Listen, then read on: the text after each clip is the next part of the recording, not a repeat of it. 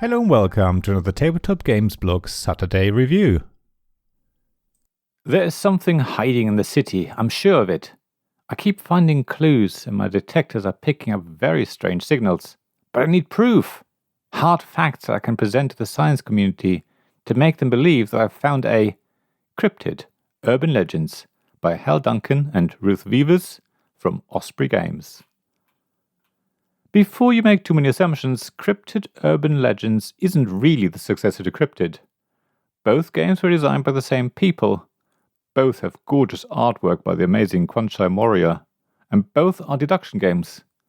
But while the latest game in Osprey's lineup is a pure two-player, highly competitive experience, a much more tactical battle of wits and outmaneuvering the opponent, the original Cryptid is almost a cooperative game where you try and gather the clues that everyone has brought to the table to deduce where the mythical monster is hidden on the board. So yes, both are actually very different games.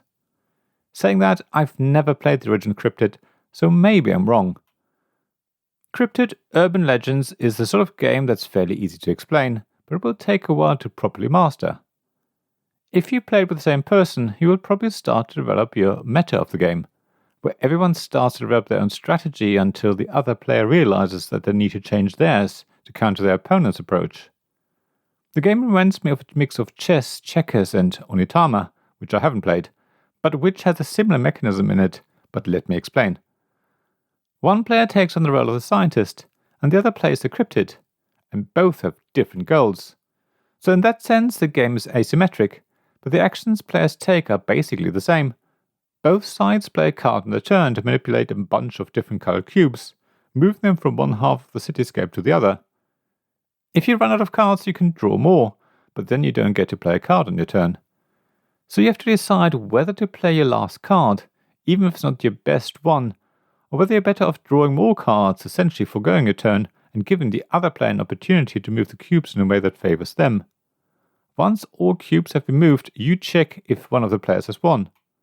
It's simple enough, which is why I said that the game is very easy to learn, but to end up with the cubes in a configuration that gives you the victory is very hard. It's not just a matter of having the right cards to play and deciding when to skip a go to draw more cards instead, but it's much more about working out how you get from the current cube distribution to the one you need, while stopping the other player from interfering with your plans. After all, the cards represent one of three different types of movement, allowing you to either distribute a whole bunch of cubes, all cubes of one color, or a single cube. Sometimes moving a single cube will be crucial and mean that you survive another round, while other times you want to quickly get as many cubes moved as possible. It sounds very abstract, and it is. I think that's almost unavoidable though. As I mentioned above, the game reminds me of a mix of chess, checkers, and onitama, because after a few games you start to develop a certain selection of opening plays, just like you have in chess. But you're also moving cubes from one side to the other, very much like the discs in checkers, and you play movement cards similar to the ones in onitama.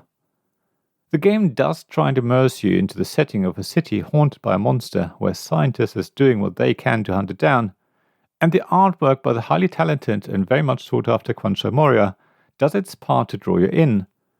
The city tiles have a lot of detail and show a lovely night scene, where the street lamps and car headlights tint the scene in an eerie blue-green glow, which makes it all feel very atmospheric, and is reminiscent of illustrations from the atomic age of the 1960s.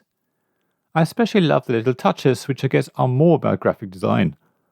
The decks of cards for both players are basically exactly the same, except that one is a pinky red, while the other is a light blue. The real beauty is in the detail though. While each scene depicted on the cards in both decks is basically the same for both players, the scientist player's illustrations bring the scientist to the fore, while the cryptid player's cards depict the moth-like monster bigger, putting the focus on it. It's a small touch, but makes the game really special. So the theme is very enticing, but don't expect Cryptid Urban Legends to make you feel like a scientist hunting down the mythical Mothman, or that you're the cryptid yourself. However, do expect a wonderfully tactical and abstract game that is really easy to learn, very hard to master, and very, very addictive. You probably want to play it several times with the same person, and as the same character, either the scientist or the cryptid, before swapping sides.